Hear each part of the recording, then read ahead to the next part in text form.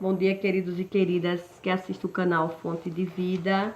Quero saudar a todos com a paz do Senhor e agradecendo a Deus pela vida de cada um que tem nos ajudado. Tem sido assim uma mão conosco. E desejar desde já um dia abençoado, né? Cheio da graça, da misericórdia de Deus. E agradecendo aí pelas orações, né, que vocês têm feito aí por mim, pelo canal Fonte de Vida, né, que o Senhor abençoe muito, né, fazendo o rosto dele resplandecer sobre cada um e trazendo a paz que excede todo o entendimento.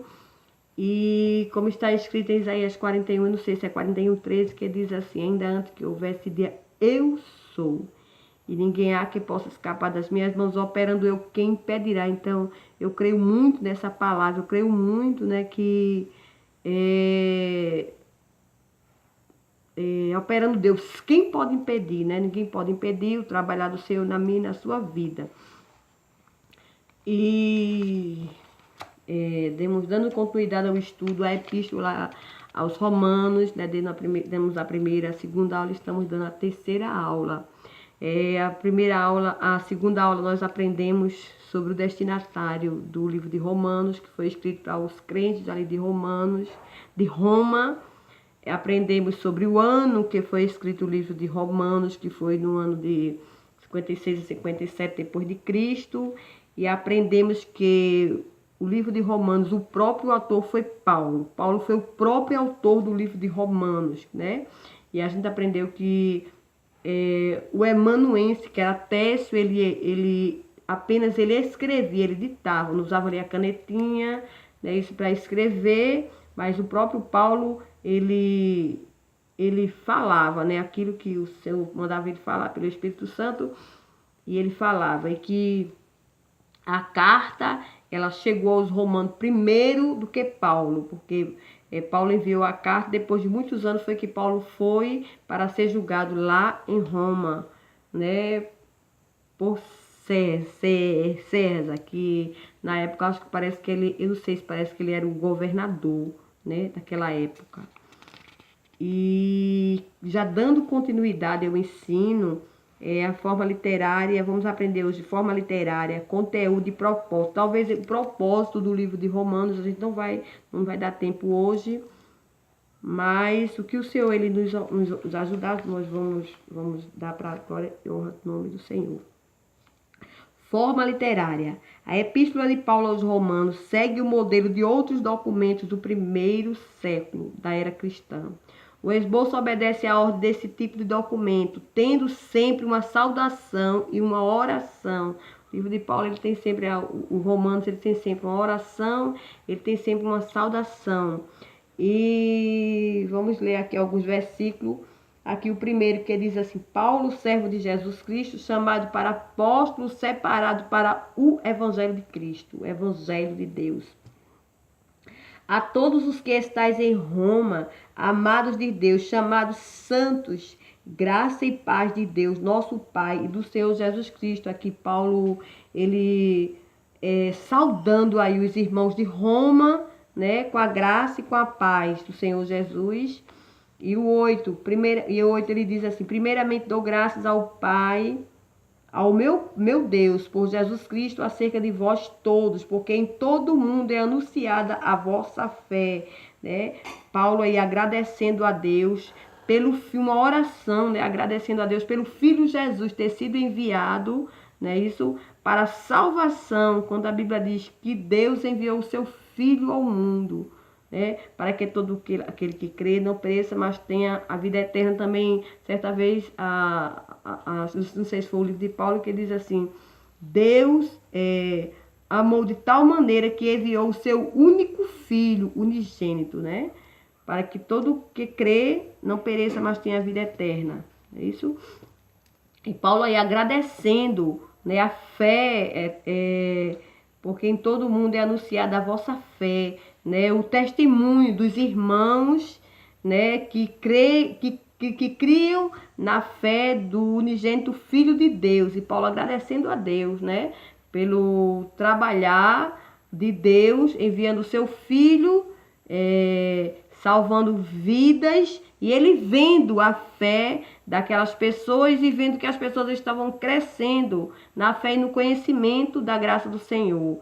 E o 16 diz assim: porque não me envergonho do evangelho de Cristo, pois é o poder de Deus para a salvação de todo aquele que crê, primeiro dos judeus e também do grego. Então Paulo aí afirmando, né, o seu amor pelo seu evangelho, o evangelho de Jesus, dizendo que não se envergonha do evangelho, né? Paulo dizia com muita segurança, e quando eu fico assim pensando, às vezes, quantas vezes a gente não quer assim, de alguma maneira maquiar para dizer que não é crente, às vezes a mania que a gente tem hoje de botar a Bíblia dentro da bolsa, né?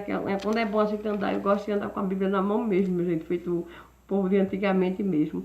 E quantas vezes assim no grupo a gente, né, não procura assim tentar de alguma maneira de passar ali despercebido para que aquelas pessoas não percebam que a gente é crente, até mesmo para ser aceita no meio do grupo, né? Porque a gente sabe só porque o crente ele carrega o peso de servir ao Senhor, de ser crente, ser separado do mundo, ele já, assim, ele, de certa forma, ele já é assim, meio que a sociedade já fica assim, meio afastada, e às vezes vem, de alguma maneira, a gente quer tentar maquiar, quer tentar passar despercebido de certos grupos, para evitar que eles vejam que a gente é crente, né? Mas Paulo dizia com toda a autoridade, com toda a grandeza, né? Que não se envergonha, que ele não se envergonhar do evangelho.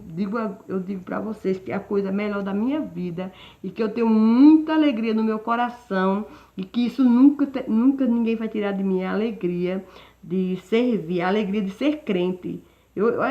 Só Deus é que sabe a alegria que eu sinto, assim, por ser escolhido de Deus, escolhida de Deus, por ser crente mesmo, por ser evangélica. Eu sou muito feliz porque sou evangélica, muito feliz mesmo. Eu amo o Senhor porque Ele me salvou e gosto muito de ser evangélico. Gosto, não tenho, eu gosto muito, gente. Eu gosto muito, mesmo que você evangélico passa por, assim, mesmo que é porque a Bíblia diz que somos considerados como escárnio, né, da sociedade.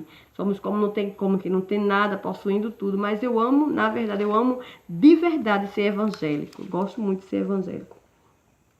Platão, filósofo grego, por exemplo, escreveu dezenas deles. Todavia, como bem observou o especialista em Novo Testamento, Brodus de Ale, essa forma literária dificilmente se ajusta ao modelo paulino. O que podemos observar na literatura de Romanos é o uso de diatribes por parte do apóstolo. Nesse modelo literário, que era um curso muito usado pelos filósofos estoicos e cínicos, o autor valia-se de uma exposição crítica a respeito de alguma obra. Conteúdo. Qual o conteúdo do livro de Romanos? O conteúdo de Romanos trata de alguns temas bem específicos, como, por exemplo, a pecaminosidade do homem, a salvação de Deus, a justificação pela fé e a graça divina. Logo depois das palavras de saudação, observamos a seção que trata sobre a manifestação da justiça de Deus mediante a fé. Romanos 1:18 e 4:25. 1:18. Porque do céu se manifesta a ira de Deus sobre toda impiedade e injustiça dos homens que detêm a verdade em injustiça, né? A Bíblia diz que a justiça, o trono de Deus, ele é a base da justiça e do juízo, né? De forma nenhuma, Deus não vai castigar aquele que procurou servir ao Senhor, né? Mesmo na sua fraqueza, da maneira que Ele agrada. O que eu quero dizer é que o juiz de Deus, ele é justo, né? Como o trono dele é a base da justiça e do juízo, ele não tem o homem mau por inocente, nem tem o inocente como um homem mau, né? Deus, o juiz de Deus, ele julga retamente. Então Paulo falava sobre isso, porque do céu se manifesta a ira de Deus sobre toda a impiedade e injustiça dos homens, que detêm a verdade em injustiça. E 4:25. 4:25, o qual por nossos pecados foi entregue e ressuscitou para nossa justificação, o qual por nossos pecados, Jesus Cristo foi entregue pelos nossos pecados, né? Foi entregue por nós. Ele subiu ao Calvário, foi por nós, foi por nos amar. E ressuscitou para nossa justificação, né? A cédula que era contrária a nós, o Senhor cravou na cruz do Calvário, e era como se o Senhor dissesse assim, não, está justificado por mim, eu comprei, é meu. Então, por isso que a Bíblia diz que nós somos filhos das entranhas de Cristo, né? Quando o livro de Isaías 53 diz assim, que pelas suas pisaduras nós fomos sarados. O castigo que nos trouxe a paz, nos traz a paz, estava sobre ele, né? Então, a cruz de Cristo, o sofrimento de Cristo, a dor que ele passou foi pelos nossos pecados, foi para a nossa remissão, né? Para que a gente fosse declarado inocente. Por isso que todo aquele que nele crê não vai perecer, né? Mas tem a vida eterna, não é isso? Por meio de Cristo Jesus. E amanhã continuaremos para a honra e a glória do nome do Senhor.